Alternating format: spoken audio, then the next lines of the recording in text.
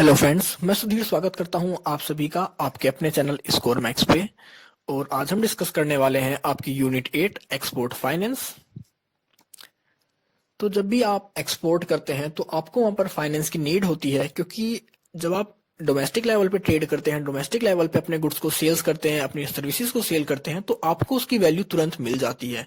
लेकिन जब हम बात करते हैं इंटरनेशनल लेवल पे एक्सपोर्ट की, तो वहां पर आपको जो अपने प्रोडक्ट की वैल्यू होती है, गुड्स की वैल्यू होती है, सर्विसेज की वैल्यू होती है, उसको आपको कलेक्ट करने में कुछ टाइम लग जाता है। तो उस कंडीशन में हमारे जो एक्सपोर्टर्स होते हैं उनको नीड होती है फाइनेंस की। तो उसी के बारे में चैप्टर है।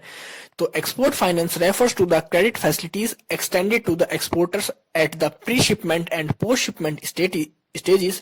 It includes any loan to an exporter for financing the purchase, processing, manufacturing, or packing of goods meant for overseas market. Credit is also extended after the shipment of goods to the date of realization of export proceeds. तो export finance का मतलब है कि credit facilities provide करना exporters को shipment से पहले या शिपमेंट के बाद में। इसके अंदर कह सकते हैं कोई भी लोन होता है जो कि उनको प्रोडक्ट को तैयार करने के लिए, मैन्युफैक्चरिंग के लिए, उसकी पैकिंग के लिए, कि जब ये सब काम करेंगे तभी तो उस प्रोडक्ट को ओवरसीज मार्केट में सेल कर पाएंगे। तो ओवरसीज मार्केट में सेल्स करने के लिए उनको मैन्युफैक्चरिंग के लिए हेल्प करना, उनको पैकिंग के लिए या परचेसिंग के लिए, प्रोसेसिंग के लिए लोन देना या क्रेडिट फैसिलिटीज प्रोवाइड करना ही आपका एक्सपोर्ट फाइनेंस कहलाता है। और जो इसमें क्रेडिट दिया जाता है, जो इनको फाइनेंशियल हेल्प प्रोवाइड करी जाती है, ये आपके शिपमेंट के टाइम की भी हो सकती है, शिपमेंट के बाद की भी हो सकती है, या फिर आपकी रियलाइजेशन ऑफ एक्सपोर्ट प्रोसीड्स, मतलब जब तक आपका जो एक्सपोर्ट की वैल्यू नहीं आप कलेक्ट कर लेते, रियलाइज नहीं कर लेते, तब तक के लिए भी हो सकता है। तो इंस्टीट्यूशनल फ्रेमवर्क की बात करते हैं कि कौन कौन से इंस्टीट्यूशनल हैं, इंस्टीट्यूट्स हैं जो इस तरह के फाइनेंस को प्रोवाइड करते हैं। तो institutional framework for providing finance comprises RBI, Commercial Bank, Export Import Bank of India and Export Credit and Guarantee Corporations। तो इसके अंदर आपका आरबीआई आता है, कॉमर्शियल बैंक्स आते हैं, आपके एग्जिम बैंक या जिन्हें आप export import bank of India कहते हैं, या export credit and guarantee corporation आती हैं, जो कि आपके एक्सपोर्टर्स को लोन प्रोवाइड करते हैं, क्रेडिट फैसिलिटीज प्रोवाइड करते हैं उनके एक्सपोर्ट के लिए। RBI being the central bank of country lays down the policy framework and provides guidance for implement. अब आपका जो आरबीआई है एक सेंट्रल बैंक है, आपकी ओवरऑल बैंक्स का जितनी फाइनेंशियल फर्म्स हैं इंडिया के अंदर, तो ये पॉलिसीज बनाता है, रूल्स रेगुलेशंस बनाता है, गाइडलाइंस देता है कि जिसके बिहाफ पर इन एक्सपोर्टर्स को लोन प्रोवाइड किया जाए या क्रेडिट फैसिलिटीज प्रोवाइड की जा सके। ये फैसिलिटीज आपकी दो तरह पे दी जाती हैं, एक होती है शॉर्ट टर्म के लिए, एक होती है लॉन्ग टर्म के लिए। अब देखते हैं प्री शिपमेंट फाइनेंस। तो फाइनेंस नॉर्मली तीन तरीके से दिया जाता है आपका। एक होता है प्री शिपमेंट फाइनेंस, दूसरा होता है आपका पोस्ट शिपमेंट फाइनेंस, और इसके बाद का आपका आता है डिफर्ड का। तो उसके बारे में सबसे पहले प्री शिपमेंट फाइनेंस, जैसा कि आप नाम से समझ सकते हैं कि यहाँ पर उस चीज के लिए प्रोसेस फाइनेंस दिया जाता है कि जब आपका जो गुड्स है, आपके जो प्रोडक्ट है, शिपिंग नहीं हुए, मतलब उससे पहले आपको उस प्रोडक्ट को मैन्युफैक्चर करना पड़ता है, उसकी प्रोसेसिंग करनी पड़ती है, उसके लिए रॉ मटेरियल परचेज करना पड़ता है, उसको फिनिश गुड्स में कन्वर्ट करना पड़ता है। तो इन सभी कामों के लिए कह सकते हैं, इन सभी कामों को हम कहते हैं प्री शिपमेंट वर्क भी कह सकते हैं इन्हें। और इन कामों के लिए हमें जो फाइनेंस मिलता है उसे प्री शिपमेंट फाइनेंस कहते हैं। तो इसके अंदर नॉर्मली होती है वो आपकी पैकिंग क्रेडिट होता है। अब पैकिंग क्रेडिट के अंदर बात करते हैं, the basic purpose of packing credit is to enable the eligible exporters to produce, process, manufacture or store the goods meant for export. It is short term credit against exportable goods। तो ये एक तरह का short term credit होता है exportable goods के लिए, क्योंकि जब आप एक्सपोर्ट कर रहे हैं तो उस कंडीशन में आपको ये शॉर्ट टर्म क्रेडिट मिल जाता है। और ये क्रेडिट होता है आपका प्री शिपमेंट स्टेज पे, मतलब शिपमेंट से पहले के लिए। जब आप शिपमेंट करोगे उस चीज की, तो आपको उस क्रेडिट की वैल्यू को रीपे करना होगा। ये आपको मिलता है अपने मैन्युफैक्चर के लिए, उसको किस तरह आप स्टोर कर रहे हैं गुड्स को, उन रॉ मटेरियल्स को आप प्रोसेस कर रहे हैं, उन सभी चीजों के लिए आपको क्रेडिट मिलता है। इसके लिए एलिजिबिलिटी क्या है, कौन कौन इसके लिए एलिजिबल है।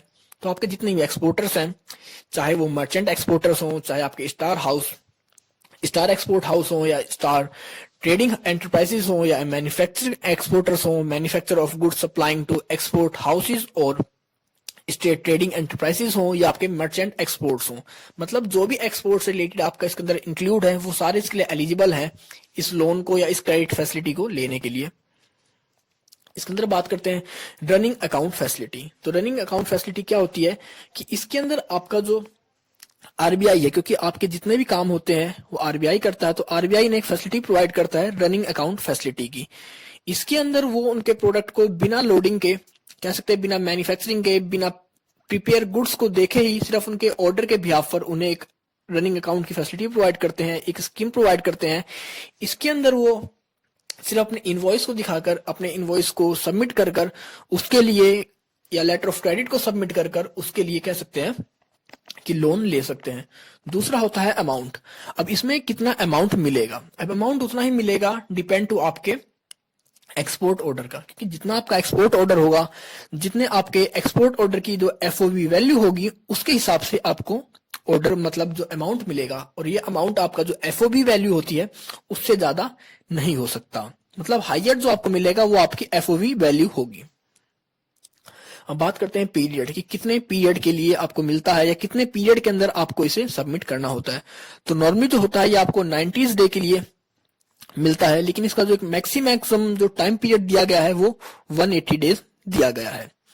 अब आपका जो प्री शिपमेंट जो क्रेडिट होता है ये आपका मैक्सिमम 270 दिन के बाद बारे में बात करी गई है, लेकिन कुछ कंडीशंस में आप इसे कह सकते हैं कि 180 डेज होता है, लेकिन इसे मैक्सिमम कुछ कंडीशंस में जहां पर हमारा एक्सपोर्टर या इंपोर्टर जानबूझकर उस पेमेंट को नहीं रोकते या उनके रीजन से वो पेमेंट नहीं रुक सकती, हो सकता है कोई वॉर कंडीशंस हो गई हो, इकोनॉमिक क्लाइमेट की वजह से कोई प्रॉब्लम हो, पॉलिटिकल इशू आ गया हो, तो उन कंडीशंस में इस टाइम पीरियड को 270 डेज तक बढ़ाया गया है। तो मिनिमम आपका कह सकते हैं 90 डेज के लिए होता है और मैक्सिमम इसे हम 270 डेज तक बढ़ा सकते हैं। लेकिन अब जब आप इसको 180 डेज से बढ़ाना चाहते हैं इसके टाइम पीरियड को, तो आपको एक सेटिस्फेक्शन के लिए बैंक को एक लेटर प्रोवाइड करना होता है, एक एविडेंस प्रोवाइड करना होता है, एक डिक्लेरेशन देना होता है कि जिससे बैंक सेटिस्फाई हो जाए। अगर बैंक आपके दिए गए रीजन से, आपके लेटर से, आपके एविडेंस से सेटिस्फाई हो जाता है तो वो आपकी जो टाइम होती है 90 डेज और बढ़ा देता है, क्योंकि नॉर्मली इसका 180 डेज के लिए दिया जाता है ये मैक्सिमम, और मिनिमम 90 डेज के लिए। तो आप यहां पर लिख लेते हैं जो आपका पीरियड होता है 90 डेज का होता है, 90 डेज से 180 डेज के बीच में जो ये प्रोवाइड क्रेडिट दिया जाता है, इसको मैक्सिमम एक्सटेंड कराया जा सकता है किसी और कंडीशंस में 270 डेज तक के लिए। हो सकता है कि वहां पर कोई नेचुरल डिजास्टर आ गया हो, इकोनॉमिक कंडीशंस अच्छी ना हो, या वहां पर कोई पॉलिटिकल रिसेशन आ गया हो, या कोई और बैरियर हो जिसके थ्रू से वो पेमेंट ना आ रही हो, तो उस कंडीशन में उसे 270 डेज तक बढ़ाया जा सकता है। अब बात करते हैं रेट ऑफ इंटरेस्ट के बारे में। तो इसमें आपको जो रेट ऑफ इंटरेस्ट होता है, आपका जो लोन के ऊपर आपको जो अमाउंट पे करना होता है वो आपके नॉर्मल क्रेडिट से कम होता है, क्योंकि ये आपको एक तरह से आपके एक्सपोर्ट्स को बढ़ाने के लिए दिया जाता है। तो इसके अंदर आप जो पेमेंट करते हैं इंटरेस्ट की, वो आपकी नॉर्मल इंटरेस्ट से या नॉर्मल लोन अमाउंट से इंटरेस्ट से कम होती है। इसमें आपको लेकिन आपका जो पेमेंट होती है वो स्पेसिफिक पीरियड के अंदर देनी होती है, लेकिन अगर एक्सपोर्टर फेल हो जाता है उस पेमेंट को देने में, तो उसे फिर जो कमर्शियल रेट होता है इंटरेस्ट का वही पे करना पड़ेगा। क्योंकि अगर आपने उनके टाइम लिमिट के अंदर उस लोन को पे कर दिया तो आपको इंटरेस्ट कम देना पड़ेगा, लेकिन अगर आपने उस अमाउंट को उस टाइम पीरियड में पे नहीं करा, सबमिट नहीं करा, रिटर्न नहीं करा, तो आपको कमर्शियल रेट के हिसाब से उसकी पेमेंट करनी पड़ेगी। अब बात करते हैं एडवांस अगेंस्ट इंसेंटिव। इंसेंटिव मतलब कई बार हम जो एक्सपोर्ट करते हैं हमारे मटेरियल की कॉस्टिंग ज्यादा होती है कंपैरिजन टू हमारे एक्सपोर्ट या एफओबी ऑर्डर से। तो इस कंडीशन में क्या है, क्योंकि कोई भी एक्सपोर्टर अपने क्रेडिट को क्यों एक्सपोर्ट करेगा जब उसके एफओवी की वैल्यू कम है कंपैरिजन टू उसके मटेरियल के या उसके डोमेस्टिक मार्केट के। तो उस कंडीशन में हमारी जितनी भी वैल्यू ज्यादा होती है हमारे मटेरियल से हमारे एफओबी की, उस वैल्यू पर हमें इंटरेस्ट मिल जाता है, या कह सकते हैं उस वैल्यू के बराबर हमें लोन मिल जाता है, क्रेडिट फैसिलिटी मिल जाती है हमारे। तो इंसेंटिव में देखा कि हमने जब हमारा जो मटेरियल कॉस्टिंग होती है वो ज्यादा हो कंपैरिजन टू हमारे एफओबी से, तो इनके बीच का जो डिफरेंस होता है उस डिफरेंस के बराबर हमें यहां पर इंटरेस्ट कह सकते हैं क्रेडिट मिल जाता है हमारे एक्सपोर्ट के लिए। अब बात करते हैं pre shipment credit in foreign currency, PCFC. तो इसके अंदर बात करी गई है कि आपका जो पेमेंट होती है क्योंकि जब आप पेमेंट करते हैं या आप ट्रेड कर रहे हैं, आप अपने एक्सपोर्ट कर रहे हैं, तो कई बार आपको फॉरेन करेंसीज की भी नीड होती है अपने उस प्रोडक्ट को कन्वर्ट करने में, मैन्युफैक्चरिंग में। हो सकता है आपने किसी रॉ मटेरियल्स की नीड हो जो कि आप दूसरी कंट्री से इनपुट के लिए मंगा रहे हो, इंपोर्ट कर रहे हो, तो उस कंडीशन में आपको उस इंपोर्टेड गुड्स की पेमेंट दूसरी करेंसी में या फॉरेन करेंसी में पेमेंट करनी पड़ेगी। तो ये उनके लिए है कि जो ऐसे मटेरियल्स का यूज करते हैं, ऐसे इनपुट्स का यूज करते हैं जिन्हें कि उन्हें इंपोर्ट करना पड़ता है दूसरी कंट्री से for the purpose of export. तो ये उनके लिए क्रेडिट होता है। और ये आपका जो ये मैक्सिमम 2 तरीके से दिया जाता है, या फाइनेंस इसके अंदर जो मिलता है उसके पास 2 ऑप्शन होते हैं फाइनेंस के। तो सबसे पहला होता है कि इसके अंदर आपका जो एक्सपोर्टर होता है, pre shipment credit in rupees, मतलब उसको जो फाइनेंस मिलेगा वो रुपीज के अंदर मिलेगा। और आपका हो सकता है कि आपका जो प्री शिपमेंट क्रेडिट हो वो आपका रुपीज में भी हो सकता है, और फॉरेन करेंसी में भी आप उसे कन्वर्ट करा सकते हैं, डिस्काउंट करवा सकते हैं। क्योंकि जब आप कोई क्रेडिट ले रहे हैं तो गवर्नमेंट की तरफ से आपको जो क्रेडिट मिलेगा उसे आप इंडियन करेंसी में भी कन्वर्ट कर सकते हैं, उसे फॉरेन करेंसी में भी कन्वर्ट कर सकते हैं। और दूसरा होता है कि उसके अंदर आपका जो प्री शिपमेंट क्रेडिट होता है वो फॉरेन करेंसी के अंदर अब मिलता है आपको, और उसको आप अपने फॉरेन बिल के हिसाब से कन्वर्ट या डिस्काउंट करवा सकते हैं।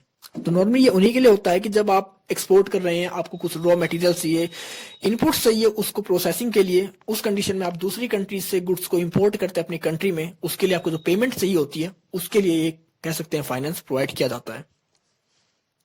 अब बात करते हैं पोस्ट शिपमेंट फाइनेंस के बारे में।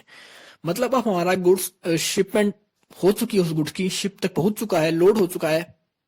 अब उसके बाद वो गुड्स इंपोर्टर तक पहुंचने के बीच में बहुत ज्यादा टाइम खुद रहता है उसके बीच में, क्योंकि उसके बीच में ट्रांजिट होता है, अदर कंट्रीज की कस्टम ड्यूटीज होती हैं, इसके बीच में बहुत लंबा टाइम पीरियड होता है हमारे एक्सपोर्टर को पेमेंट तक पहुंचने के लिए। तो इसके अंदर बात करी गई है कि सबसे पहला है negotiation of export document under letter of credit. तो नॉर्मली आपको पता लग गया, ये आपके शिपमेंट के बाद और इंपोर्टर तक पहुंचने के बीच में जो टाइम पीरियड होता है उसके लिए फाइनेंस दिया जाता है। तो सबसे पहला है negotiation of export document under letter of credit. तो आपका जो लेटर ऑफ क्रेडिट होता है, मतलब आपका जो इंपोर्टर है आपके प्रोडक्ट को परचेज कर रहा है, तो वो कोई लेटर ऑफ क्रेडिट इशू करता है कि हाँ वो उस प्रोडक्ट को इशू करेगा। कोई ना कोई एक बैंक होता है जो उसको एक तरह से अंडरटेक देता है या उसकी गारंटी लेता है उसकी पेमेंट की। तो उस चीज को हम सबमिट कर कर अपने बेनिफिशियरी बैंक से, या कह सकते हैं कमिटमेंट जो बैंक ने दे रखी उसकी पेमेंट के लिए, उस लेटर ऑफ क्रेडिट के हिसाब से पेमेंट यहाँ पर हम लोन कलेक्ट कर सकते हैं। क्योंकि जब तक कोई हम डिपॉजिट ना देंगे, जब तक हम कोई गारंटी नहीं देंगे, तब तक हमें लोन नहीं मिलेगा। तो यहाँ पर हमारा जो लेटर ऑफ क्रेडिट होता है उसको सबमिट कर कर हम फाइनेंस कलेक्ट कर सकते हैं। नेक्स्ट होता है purchase discount of foreign bills. तो इसके अंदर बात करी गई है कि फॉरेन बिल्स मतलब जब भी आप क्या है, purchase discount of foreign bills. तो आप जब दूसरी कंट्री के साथ ट्रेड कर रहे हैं तो उसके अंदर आपको कुछ ना कुछ बिल्स पेमेंट करने होते हैं। आपको हो सकता है वहां पर डॉक्यूमेंट्स लगा रहे हो, आप एक्सपोर्टर हो, आपका ट्रांसपोर्ट बिल हो, या आप कह सकते हैं कस्टम ड्यूटीज हो, जितने भी बिल हो, तो उन चीजों के लिए आपको यहाँ पर डिस्काउंट दिया जाता है, आपको फाइनेंस प्रोवाइड किया जाता है कि आप इजिली उन कामों को कर सके, अपने एक्सपोर्ट को इजिली कर सके। क्योंकि जितना आप एक्सपोर्ट करेंगे उसी हिसाब से आपकी कंट्री को फॉरेन करेंसीज की कह सकते हैं अर्निंग होगी। तो इसके अंदर होता है कि आपका जो परचेजर होता है या जो डिस्काउंट फैसिलिटीज होती है, एक्सपोर्ट पर हमारा बिल ड्रॉ करता है, कंफर्म करता है एक्सपोर्ट कॉन्ट्रैक्ट को कि वो इस बिल को या इस प्रोडक्ट को कंफर्मली दूसरी पार्टी को सेल करेगा। क्योंकि इस तरह से डिक्लेरेशन दे रहा हमारा एक्सपोर्टर यहाँ पर कि अगर एक्सपोर्टर हमारा डिक्लेरेशन ना दे कि वो उस गुड्स को इंपोर्टर को सेंड करेगा तो उस कंडीशन में हमें लोन नहीं मिलेगा। तो इसके अंदर हमारा जो एक्सपोर्टर होता है एक डिक्लेरेशन देता है, एक बिल प्रोवाइड करता है अपने ऑर्डर से रिलेटेड। नेक्स्ट है advance bills, advance against bill send on collection. तो एडवांस अगेंस्ट बिल की बात करें तो ये होता है आपका कलेक्शन के लिए, आपके पोस्ट शिपमेंट फाइनेंस के लिए। हम अपने इंपोर्टर को ये प्रोवाइड कर देते हैं, सेंड कर देते हैं कि हमें इसके लिए फाइनेंस की नीड होती है। तो इस पे कुछ सिचुएशंस होती हैं, उनके बिहाफ पर हमारा जो इंपोर्टर है हमें ये बिल्स प्रोवाइड कर देता है या हमें फाइनेंस प्रोवाइड कर देता है हमारे पोस्ट शिपमेंट फाइनेंस के लिए। नेक्स्ट आपका एडवांस अगेंस्ट इंपोर्ट इंसेंटिव्स। तो हम जब भी ट्रेड करते हैं, एक्सपोर्ट करते हैं, तो हमें काफी सारे इंसेंटिव्स मिलते हैं हम उन इंसेंटिव्स के बदले भी पहले ही उसको क्रेडिट में कन्वर्ट करा सकते हैं, क्योंकि जब हम एक्सपोर्ट कर रहे हैं तो उसके बाद में कंप्लीट होने के बाद हमें कुछ ना कुछ क्रेडिट मिलेगा हमारी गवर्नमेंट से, हमें एज अ इंसेंटिव। तो हम उस इंसेंटिव्स के लिए पहले ही उसको एविडेंस को सबमिट कर कर क्या कहते हैं फाइल कर कर उस चीज के लिए अपने पास फाइनेंस कलेक्ट कर सकते हैं। उस बिल ऑफ कह सकते हैं हमारा जो इंसेंटिव होएगा उसको पहले ही क्रेडिट करा सकते हैं। इसमें था आपका advance against goods Saint on consignment. तो कई बार आपके जो गुड्स होते हैं वो कंसाइनमेंट बेस पे सेंड किए जाते हैं, जिस तरह आपके गुड्स वहां पर बिकते रहेंगे उसी बिहाफ पर आपको पेमेंट मिलती रहेगी। तो उस बेस पर भी आपको कंसाइनमेंट बेस के आपको जो पेपर्स होते हैं, जो बिल्स होते हैं, उन चीजों को आप सबमिट कर कर इजिली लोन ले सकते हैं। नेक्स्ट है आपका एडवांस अनड्रॉन बैलेंस। अब आपका कुछ ऐसा अमाउंट है जो आपका आना तो है लेकिन अभी तक वो आया नहीं है, मतलब अनड्रॉन बैलेंस है या अनड्रॉन बिल है आपका, तो उसके लिए भी आप इजिली लोन ले सकते हैं। क्योंकि होता है कि आपका जो रियलाइजेशन होता है पेमेंट का वो 90 डेज के अंदर आ जाना चाहिए, लेकिन अगर आपका जो पेमेंट है, आपकी जो पेमेंट है 90 डेज के अंदर नहीं आती, तो उस कंडीशन में ये आपको एडवांस मिल जाता है। और इसके लिए आपका जो वैल्यू होती है मैक्सिमम जो अमाउंट होता है वो 5% तक का होना चाहिए, क्योंकि आपका जो अनबैलेंस अमाउंट है वो मिनिमम 5% या मैक्सिमम 5% होना चाहिए आपके एक्सपोर्ट वैल्यू का। उसी कंडीशन में आप उस चीज को एडवांस ले सकते हैं। और इस काम को करने के लिए, इस फॉर्म को सबमिट करने के लिए आपके पास आपकी शिपिंग से लेकर मैक्सिमम 6 मंथ तक का टाइम पीरियड आपको दिया जाता है। अब बात करते हैं एडवांस अगेंस्ट रिटेंशन मनी। तो रिटेंशन की बात करते हैं तो इसके अंदर होता है कि आपकी कुछ मनी है जो 1 साल के अंदर आपके शिपमेंट से आपको कलेक्ट की जाती है। मतलब इसके अंदर वो मनी होती है, एडवांस होती है, जो हमारे बैंक देते हैं हमें हमारे शिपमेंट से 1 साल के लिए। क्योंकि जरूरी नहीं है जब हम शिपमेंट कर रहे हैं, प्रोसेस कर रहे हैं, तो उस कंडीशन पर हमारे पास इतना फाइनेंस अवेलेबल हो। तो बैंक हमें फाइनेंस प्रोवाइड करता है 1 साल तक के लिए विद इन हमारे शिपमेंट पीरियड के लिए, कि उस कंडीशंस में, उस टाइम पीरियड के अंदर हमें उस कह सकते हैं उस लोन को, उस क्रेडिट को एक कंसेशनल रेट पर उसके अमाउंट के साथ सबमिट करना होता है। और इस चीज को हम 1 साल तक बढ़ा सकते हैं मैक्सिमम। तो नॉर्मली तो ये 90 डेज तक होता है, लेकिन इसको हम मैक्सिमम बढ़ा सकते हैं 1 साल तक। Advance against retention money. Next आपका post shipment export credit guarantee and export finance guarantee. तो post shipment export credit guarantee and export finance guarantee, जिसके अंदर आपके जो एक्सपोर्टर का बैंक होता है वो आपकी परचेज के थ्रू, आपके नेगोशिएशंस और बिल, आपके जो एक्सपोर्ट बिल होते हैं उनके थ्रू आपको क्वालिफाई करता है और वो आपकी गारंटी देता है कि जब भी आप कोई एक्सपोर्ट कर रहे हैं तो उससे रिलेटेड आपके पास कुछ डॉक्यूमेंट्स होते हैं, कुछ बिल्स होते हैं, कि कोई ना कोई उनकी पेमेंट की सिक्योरिटी लेता है, कोई ना कोई उनकी गारंटी प्रोवाइड करता है। तो उसके लिए आपका जो एक्सपोर्टर होता है उन एविडेंस को सबमिट कर कर, उन डॉक्यूमेंट्स को प्रोवाइड कर कर इस बिल को ले सकता है। लास्ट था आपका post shipment credit in foreign currency. तो पोस्ट क्रेडिट आपका जो होता है कि मतलब आपके शिपमेंट के बाद का क्रेडिट होता है जो कि आपकी फॉरेन करेंसी में आपको मिलता है। क्योंकि जब आप दूसरी कंट्री में जा रहे हैं तो आपको वहां पर इंडियन करेंसी की नीड भी हो सकती है और फॉरेन करेंसी। इसमें हमारे पास ऑप्शन होता है एक्सपोर्टर्स के पास कि वो उस लोन को, वो उस क्रेडिट को इंडियन करेंसी में ले या फॉरेन करेंसी में ले। इसके अंदर हमारा जो मैक्सिमम टाइम पीरियड होता है अप्रूवल का इसके लिए, कि हम जो उस बिल को डिस्काउंट करवाएंगे वो 180 डेज का होता है आपके आरबीआई के अप्रूवल के बाद। क्योंकि ये नहीं है कि हमने आज अप्लाई किया है तो हमें आज ही वो कह सकते हैं जो क्रेडिट है या हमें जो फाइनेंस है वो मिल जाए। उसका जो टाइम पीरियड होता है 180 डेज होता है शिपमेंट के बाद का। तो ये था आपका पोस्ट शिपमेंट फाइनेंस। मतलब ये सारे तरीके वो हैं, ये सारे मेथड वो हैं जो कि आपको शिपमेंट के बाद फाइनेंस प्रोवाइड करते हैं। बात करते हैं एक्सपोर्ट अंडर डेफर्ड पेमेंट। तो मतलब जब हम एक्सपोर्ट करते हैं तो हमें हमारी पेमेंट तुरंत नहीं मिलती, हम मान के चलते हैं कि हमें कुछ टाइम बाद हमारी वो पेमेंट मिल जाएगी। तो उस तरह की हम कह सकते हैं, उनको हम डेफर्ड पेमेंट कहते हैं। मतलब वो पेमेंट मिलनी तो है लेकिन अभी मिली नहीं है, मतलब इन ट्रांजिट कह सकते हैं, या कह सकते हैं कुछ प्रोसेसिंग में हो जाती है वहां जो पेमेंट होती है।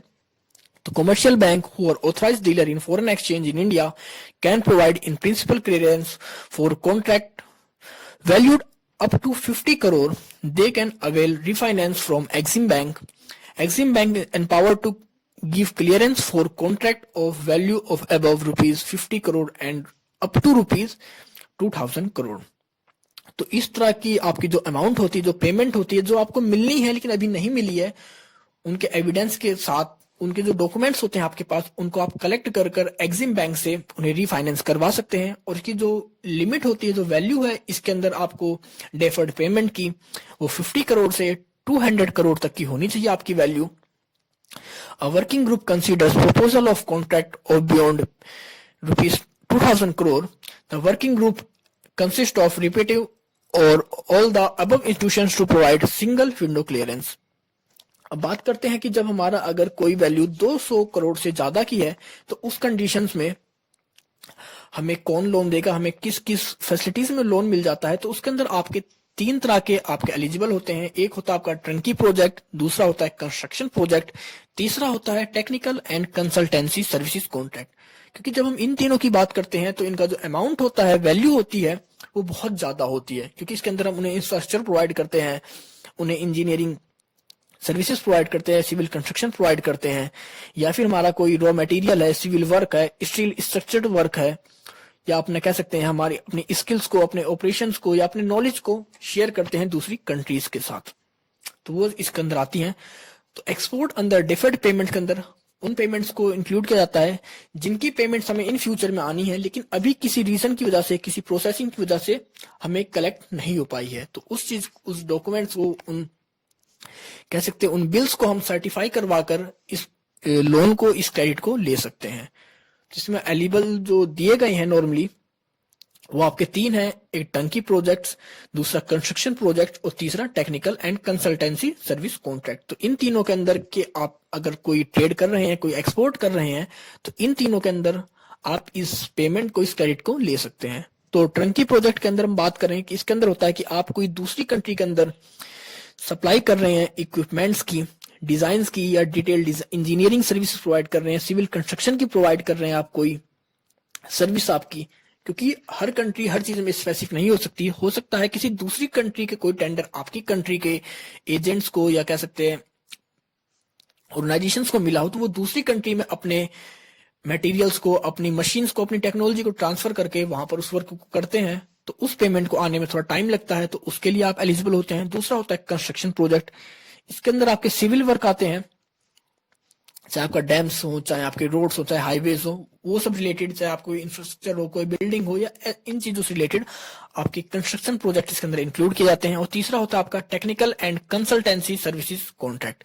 इसके अंदर आपकी स्किल्स होती हैं, आपका नॉलेज होता है, आपकी सर्विस मैनेजमेंट होता है। उन चीजों को इसके अंदर एलिजिबल किया गया है। अब डेफर्ड क्रेडिट फैसिलिटीज, तो इसके बारे में बात करते हैं कि डेफर्ड क्रेडिट फैसिलिटीज होती क्या है। तो export of goods on deferred payments can be term at finance under supplier credit और बायर क्रेडिट। तो जो आपके डेफर्ड पेमेंट होती हैं, जो इन फ्यूचर में आनी है आपको, उनको हम 2 तरह से फाइनेंस कर सकते हैं। एक होता है आपका सप्लायर क्रेडिट, एक होता है आपका बायर क्रेडिट। सप्लायर्स क्रेडिट, तो इसके अंदर होता क्या है कि इसमें आपका जो एक्सपोर्टर होता है वो डायरेक्टली हमारे ओवरसीज बायर को या इंपोर्टर को क्रेडिट प्रोवाइड कर देता है, और जितना क्रेडिट या जितना फाइनेंस वो हमारे एक्सपोर्टर को या बायर को प्रोवाइड करता है, उसको वो रीफाइनेंस करवा लेता है अपने एक्सिम बैंक से या कमर्शियल बैंक से। तो इसके अंदर कह सकते हैं कि हमारा जो सप्लायर होता है वही फाइनेंस का अरेंजमेंट करता है, फाइनेंस करता है हमारे इंपोर्टर को या बायर को। अब दूसरा जो होता है आपका बायर्स क्रेडिट, तो इसके अंदर यह होता है कि एक स्पेशल आपके फाइनेंशियल इंस्टीट्यूशंस होते हैं, कंसोर्टियम होते हैं, जो कि फाइनेंशियल हेल्प प्रोवाइड करते हैं आपके बायर्स को। ये आपके एक्सिम बैंक के साथ मिलकर काम करते हैं। इस स्कीम के अंदर आपका जो एक्सिम बैंक होता है वो जॉइंटली वर्क करता है किसी ऑथराइज्ड डीलर्स के साथ, जो कि आपके फॉरेन बायर्स का हो। उनके साथ कंबाइन कर उनके साथ एक एग्रीमेंट के बिहाफ पर वो उस इंपोर्टर को फाइनेंस प्रोवाइड करते हैं, और उस फाइनेंस का यूज किया जाता है हमारे एक्सपोर्टर की जो उसकी पेमेंट होती है उसको करने के लिए। तो आपका जो बायर्स क्रेडिट होता है ये डायरेक्टली हमारे बैंक प्रोवाइड करते हैं अदर कंट्रीज के इंपोर्टर्स को, बायर्स को, किसी कह सकते हैं ऑथराइज पर्सन या ऑथराइज एजेंट्स के साथ कनेक्ट होकर उनके साथ एक एग्रीमेंट के साथ, और उन्हें जो पेमेंट की जाती है उस पेमेंट का यूज करते हैं वो हमारी कंट्री के एक्सपोर्टर्स की पेमेंट को करने के लिए। While considering proposals under the scheme, the following factors are taken into account by Exim Bank. तो जब भी इस तरह के लोन लिए जाते हैं तो Exim Bank कुछ फैक्टर्स को कह सकते हैं कंसीडर करता है इन्हें देने के लिए। तो सबसे पहले हमारा Exim Bank देखता है कि हमारा जो एक्सपोर्टर है उसकी कह सकते हैं जो कॉन्ट्रैक्ट हुआ है उसकी वैल्यू क्या है, उसकी कैपेबिलिटी क्या है, उसका कॉम्पिटेंस क्या है हमारे एक्सपोर्टर का। मतलब उसने जिस अमाउंट के लिए नीड या कह सकते हैं प्रपोजल मांगा है, जो उसने रिक्वेस्ट करी है, जो डिमांड करी है फाइनेंस की, क्या वो हमारे एक्सपोर्टर इस कैपेबल है कि वो उस अमाउंट के एक्सपोर्ट कर पाएगा या नहीं कर पाएगा। फिर दूसरा देखते हैं justifiability of the contract on commercial considerations. तो हम देखते हैं कि हमारा जो कॉमर्शियल ट्रांजेक्शन हो रही कॉमर्शियल कंसिडरेशन है क्या वो जस्टिफिकेशबल है या नहीं है। तीसरा देखेंगे economic viability of the overseas project concern of the importer and general economic conditions of the country. हम देखेंगे हमारा जो इंपोर्टर है क्या वो उसकी पेमेंट को कर पाएगा, वो कैपेबल है उस इंपोर्ट के लिए, उस गुड्स की पेमेंट के लिए, और उसकी कंट्री की जो इकोनॉमिक कंडीशंस है, जनरल इकोनॉमिक कंडीशंस है, क्या वो सूटेबल है हमारे इंपोर्ट के लिए। और नेक्स्ट देखेगा कि credit worthiness of the foreign borrower, मतलब जो हमारे प्रोडक्ट को परचेज कर रहा है, जो हमारे गुड्स को इंपोर्ट कर रहा है, उसकी क्रेडिट वर्थनेस क्या है, मतलब उसकी जो गुडविल होती है, जो ब्रांड वैल्यू होती है उस पर्सन की, वो कैसी है। तो इन चारों चीजों को देखकर ही हमारा जो एक्सिम बैंक होता है जो लोन प्रोवाइड करता है, क्रेडिटर्स वो सप्लायर्स क्रेडिट प्रोवाइड करता है, उस चीज को प्रोवाइड करता है हमारे सप्लायर्स को। तो सप्लायर क्रेडिट मतलब इसके अंदर आपका सप्लायर को क्रेडिट दिया जाता है, एक्सिम बैंक के थ्रू वो क्रेडिट लेता है अपनी नीड्स को पूरी करने के लिए फाइनेंस की। बायर क्रेडिट के अंदर वो अपने फाइनेंशियल इंस्टीट्यूशन से लोन लेता है अपनी पेमेंट के लिए। तो ये होता था आपका डेफर्ड क्रेडिट फैसिलिटीज।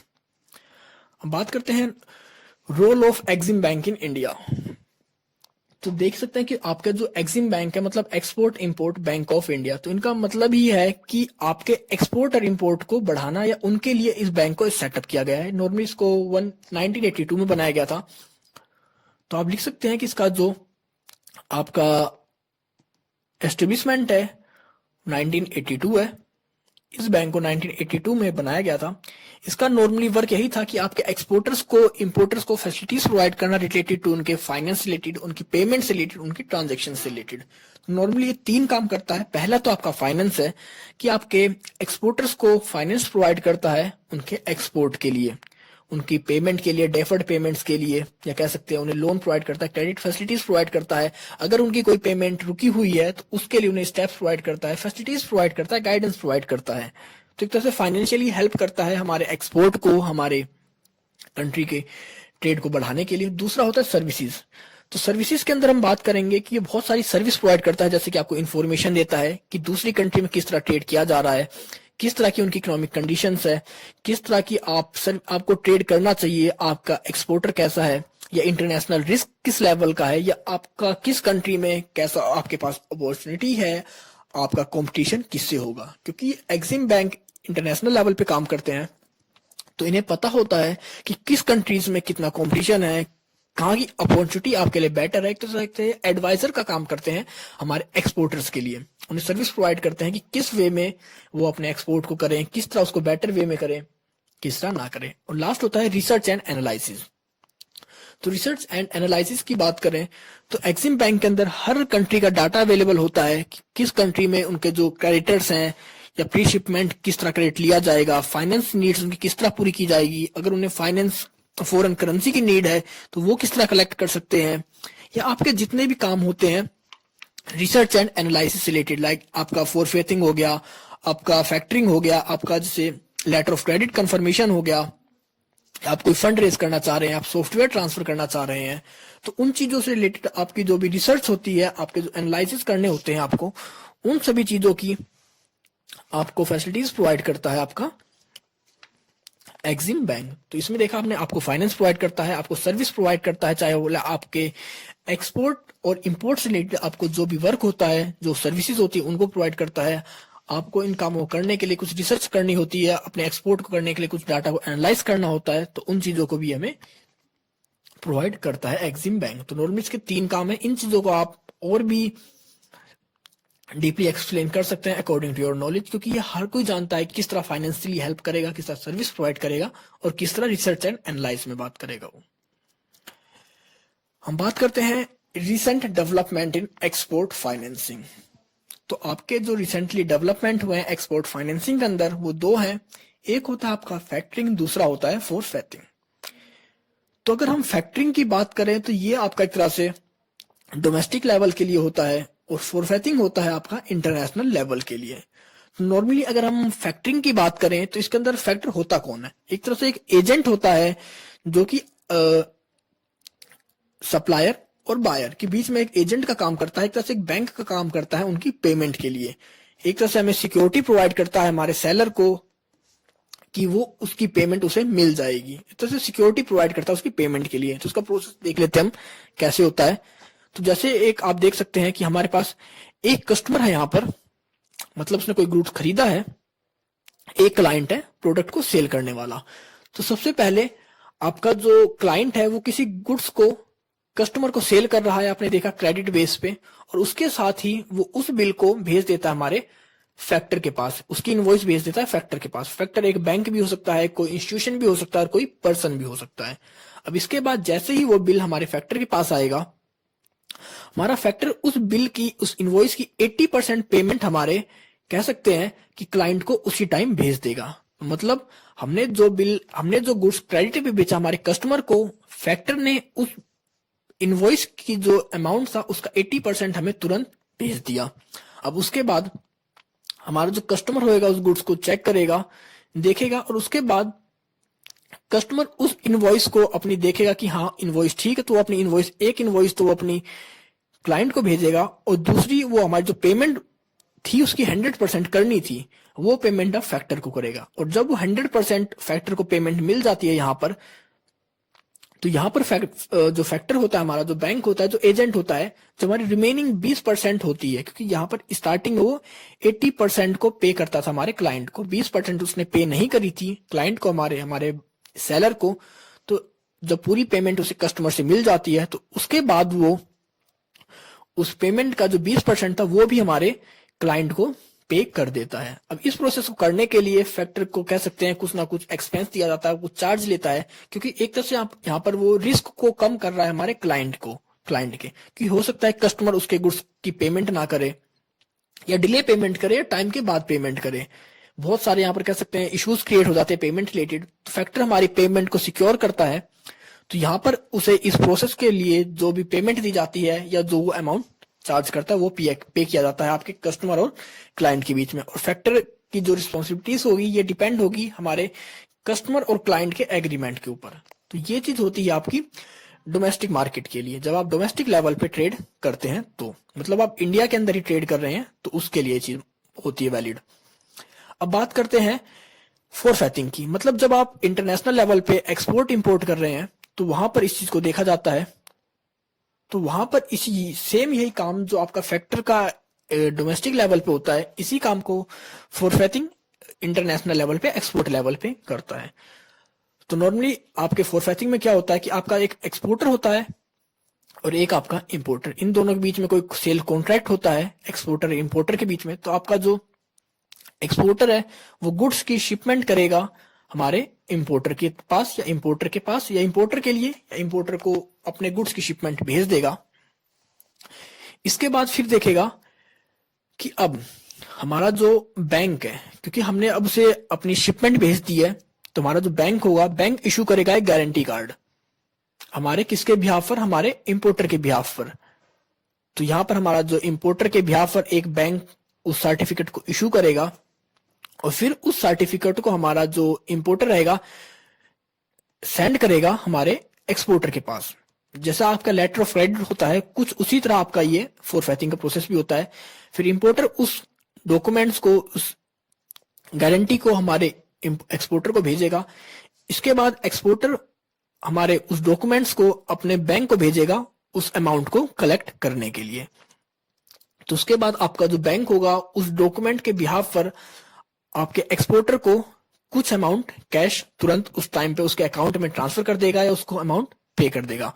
उसके बाद फिर वो हमारा जो बैंक होएगा, जो हमारा एक्सपोर्टर का फोरफेटर बैंक होएगा, वो एप्लीकेशन भेजेगा, डॉक्यूमेंट भेजेगा हमारे इंपोर्टर के बैंक को, जो कि जब उसकी मैच्योरिटी पूरी होगी उसके इंपोर्टर के डॉक्यूमेंट्स या उसके इनवॉइस की, तो मैच्योरिटी पूरी होने पर आपका जो इंपोर्टर होएगा पे करेगा बैंक को मैच्योरिटी की पूरी पूरी अमाउंट, मतलब जैसे एक 6 महीने का टाइम होता है, 90 डेज का टाइम होता है, 30 दिन का टाइम होता है किसी भी कॉन्ट्रैक्ट की पेमेंट के लिए। तो जैसे टाइम होएगा हमारा जो इंपोर्टर होएगा वो पूरी की पूरी पेमेंट पे कर देगा हमारे अपने बैंक को।